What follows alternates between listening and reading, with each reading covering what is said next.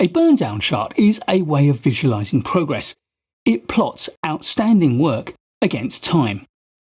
As you make progress, the outstanding work diminishes, which gives us the characteristic downward slope of a burndown chart. But how can you build your own?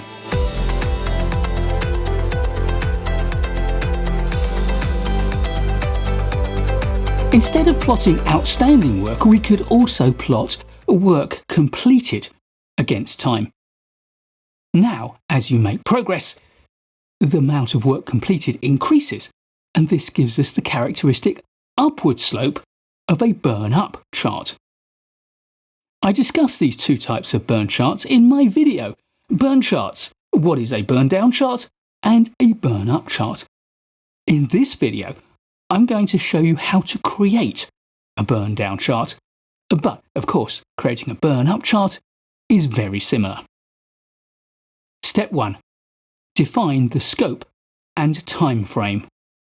Determine whether your burndown chart will be a sprint burndown over a short time frame, a release burndown over an intermediate time frame, or an epic burndown. Then set the time frame for your burndown chart. For a sprint burndown, it will be the duration of a sprint, typically something like 2 weeks or 10 working days. Step 2. Choose the measurement unit. Common units include story points, hours, or number of tasks. Ensure that your team is consistent in using the same chosen unit throughout its estimation and development process. Step 3. Establish the total workload. From the sprint backlog, calculate the total number of story points or hours or tasks that the entire backlog involves. If you're using hours, you do need to ensure that you've completed your task breakdown, an estimate of hours against each task. Step 4. Set up your data collection method. Use a tool that supports daily updates and visual tracking. You can use manual tools like spreadsheets, Excel or Google Sheets, for example, or you can use automated tools like Jira, Trello, or Azure DevOps. Step 5. Create the chart structure.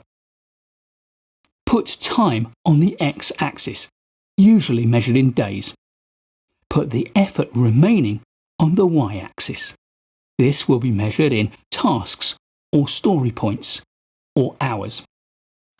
Format your chart with grid lines and labels to make it as easy and quick to read as possible. Step 6. Plot the ideal line or guideline.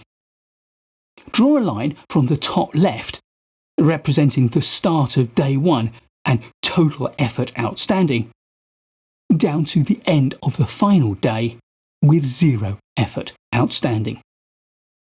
This line represents the ideal rate of progress, a perfect linear burn.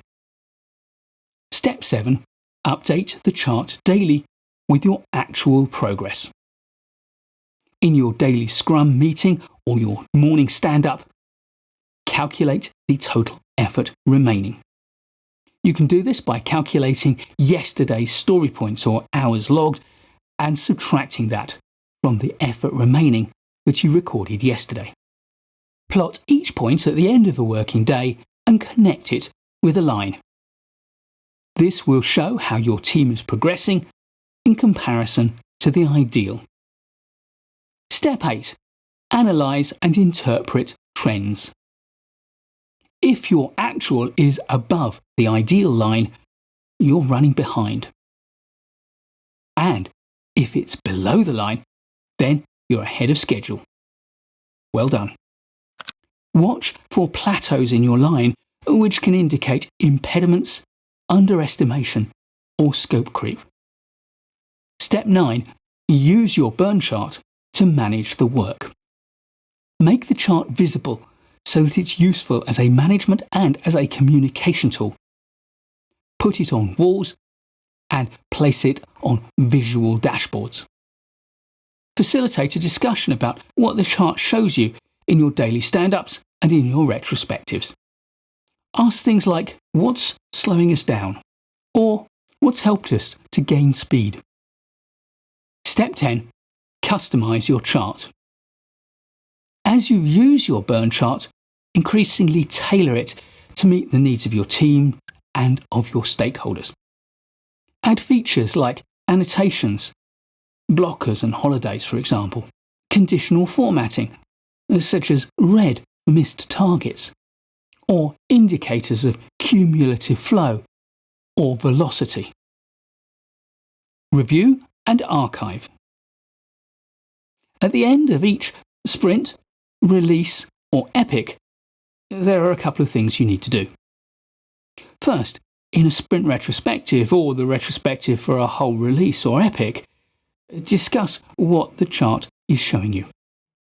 What can you learn about your estimation process and how accurate it was? How can you use the data it holds to improve your estimation and planning next time? And then file the chart away so that you can use it later for historical comparisons. Your real burn charts with the actuals on them can make a great tool for future AI estimation. AI will be able to do far better estimation than we can if you've kept really good data. But critically, it's important that you don't just keep the burn chart, but you keep some information about the context in which the actual events unfolded.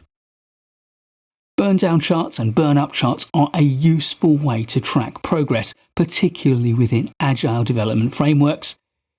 Creating them is very straightforward, but the information that they show can be energizing for the team and can also let the team draw important lessons to improve its game. Please do give this video a like if you enjoyed it or learned from it. I'll be making loads more great project management videos for you, so please do subscribe to the channel and hit the bell so you don't miss any of those videos. And I look forward to seeing you in the next one.